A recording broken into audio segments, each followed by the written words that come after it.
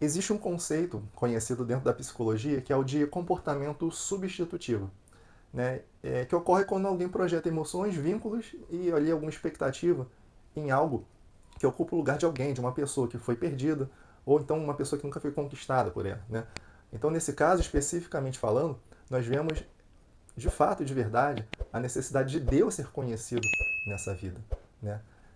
Falando um pouquinho ali sobre também algo que aflige e que a gente percebe nesse comportamento, que é o de vazio existencial e a necessidade de amor. Porque nós vivemos numa era que é marcada por solidão, carência afetiva, deslocamento das relações humanas reais, nesse caso aí deslocando para a boneca, né? Então esse vazio existencial ele tem levado muitos a buscar substitutos. E às vezes são objetos criados para parecer humano, como as bonecas reborn, né? Tem uma aplicação bíblica interessante para a gente refletir, que diz assim: porque o meu povo cometeu dois males. A mim me deixaram o manancial de águas vivas e cavaram cisternas rotas que não retêm a água. Esse trecho está lá em Jeremias 2,13. E assim, esse versículo, ele traz esse alerta direto de Deus, né? Ao nos afastarmos dele, nós buscamos soluções quebradas, frágeis e coisas que não saciam. E aí tentamos preencher o coração com aquilo que não pode responder, não pode amar e nem pode curar, né? Então, o que não pode é a gente tentar preencher carências com criações artificiais.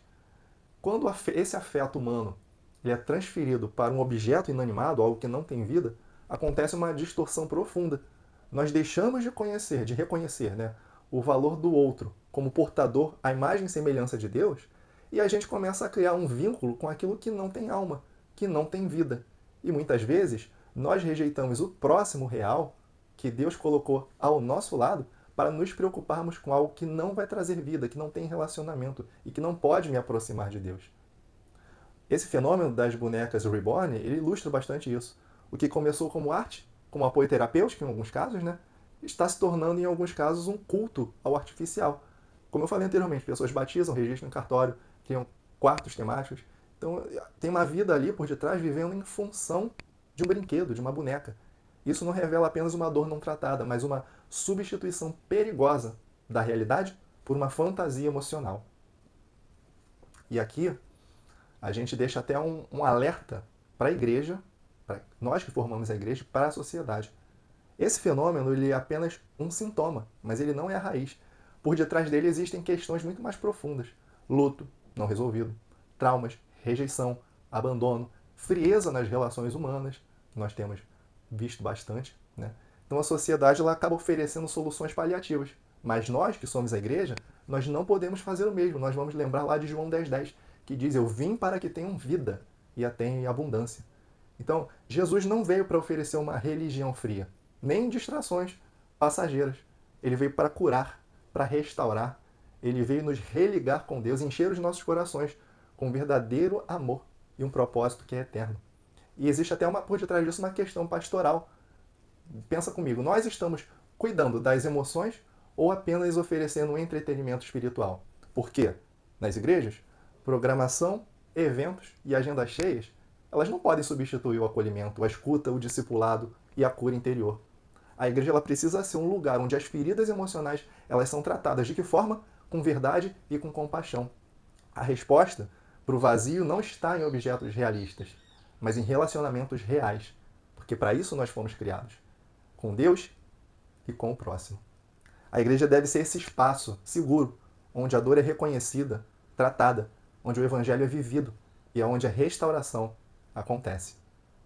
É bom a gente pensar também que a raiz desse vazio que tantas pessoas sentem não é apenas psicológico ou social, é fundamentalmente espiritual. Desde Gênesis, nós entendemos que o ser humano ele foi criado para um relacionamento com Deus. A gente pode ler isso lá em Gênesis 3, muito claramente. Nós fomos formados à imagem e semelhança, como está lá em Gênesis 1, 27, e com um espírito capaz de nos conectar com o Criador. Mas também, por outro lado, existe um pecado que rompeu essa ligação direta e gerou esse buraco existencial. Uma ausência de propósito, de amor e identidade, restaurado na figura de Cristo. Salmo 42:2 expressa essa sede interior, né? O salmista fala: a minha alma tem sede de Deus, do Deus vivo. Quando eu entrarei, me apresentarei ante a face de Deus. Então esse clamor a gente percebe que é um clamor universal. Mesmo quem não crê em Deus sente esse vazio e sente essa sede. Por isso o ser humano ele tenta preencher esse vazio com tudo que encontra.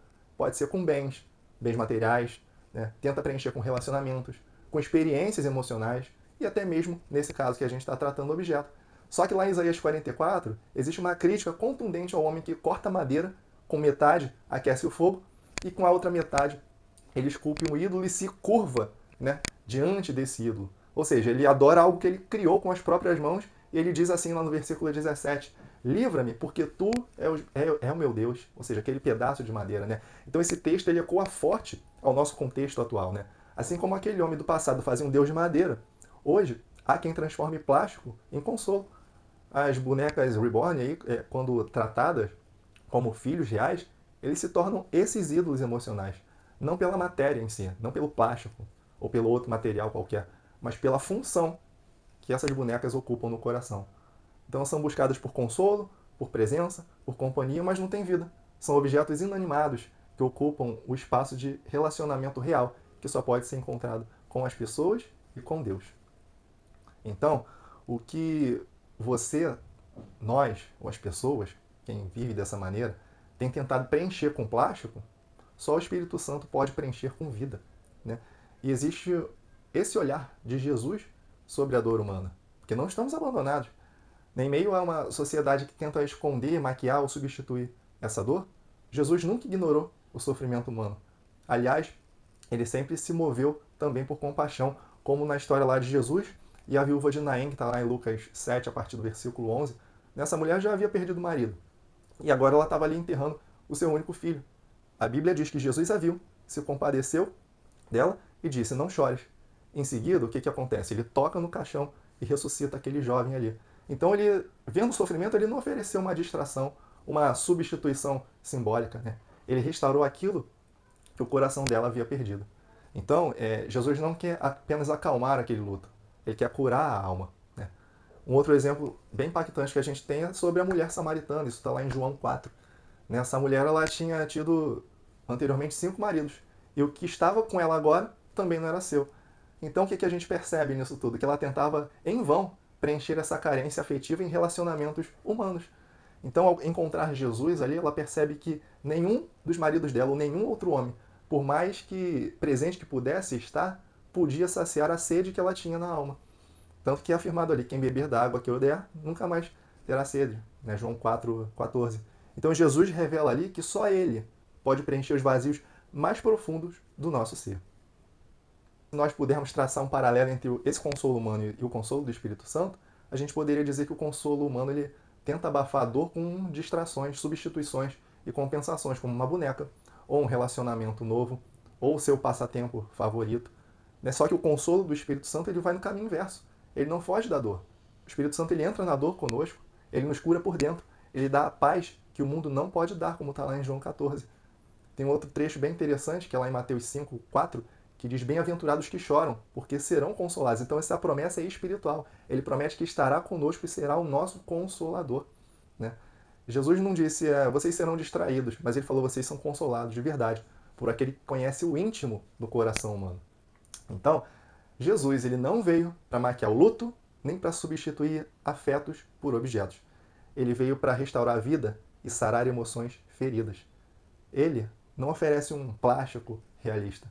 O que ele oferece é uma vida abundante. Então, se a gente puder dar uma resposta cristã para esse vazio da alma que muitas pessoas sentem, a gente pode falar que esse vazio ele não pode ser substituído por substitutos emocionais, paliativos psicológicos. A resposta bíblica ela é muito clara. É arrependimento, é rendição e é restauração. É arrependimento porque nós temos que reconhecer que temos buscado consolo nas fontes erradas, que temos substituído Deus, o manancial de águas vivas, como eu falei lá atrás, por cisternas rotas, como está lá em Jeremias. Também é rendição, porque é necessário entregar o controle para Ele, soltar o que foi perdido, parar de tentar criar a felicidade a partir das nossas próprias mãos. E isso é confiar que Deus é o que basta, que Deus é suficiente. E também a restauração, porque só o Senhor ele pode restaurar o que se perdeu. Ele não substitui por algo menor, mas ele cura, ele preenche e ele transforma. Romanos 15, 13 diz: Ora, o Deus da esperança nos encha de todo gozo e paz em crença, para que abundeis em esperança pela virtude do Espírito Santo. E essa esperança não é ilusória, não é baseada em fantasias. Ela é fundamentada na verdade do Evangelho e no poder restaurador do Espírito Santo.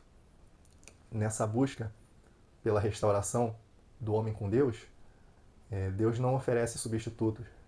Ele ofereceu o próprio Filho para que eu e você não fôssemos mais distraídos com fantasia. Ele nos enche com um propósito eterno. Ele nos dá a própria vida, que é Ele em nós. A reflexão final, a pergunta que fica é: o que nós, o que você, o que todo mundo tem segurado que não tem vida? O que precisa ser entregue para que Cristo seja tudo em você, tudo na sua vida? Então chegou a hora de soltar o que é apenas forma e se agarrar ali à verdadeira fonte da vida. Quantas vezes apegos doentios, né, memórias mal resolvidas, substituições emocionais, quantas vezes isso tem tomado, infelizmente, o lugar do Espírito Santo no nosso coração. Mas hoje Jesus te chama à liberdade, não para ignorar a sua dor, a minha dor, mas para curar por completo. E se esse conteúdo ele te tocou, eu vou te pedir uma gentileza, se inscreva no canal e compartilhe, porque muitas pessoas elas têm tentado encontrar vida onde há silêncio, mas em Cristo a resposta, a consolo e a restauração. Vou te convidar a conhecer mais do nosso trabalho no link da descrição desse vídeo e vamos juntos abrir os olhos daqueles que precisam ser despertados para a verdade. Que Deus te abençoe e até o nosso próximo vídeo.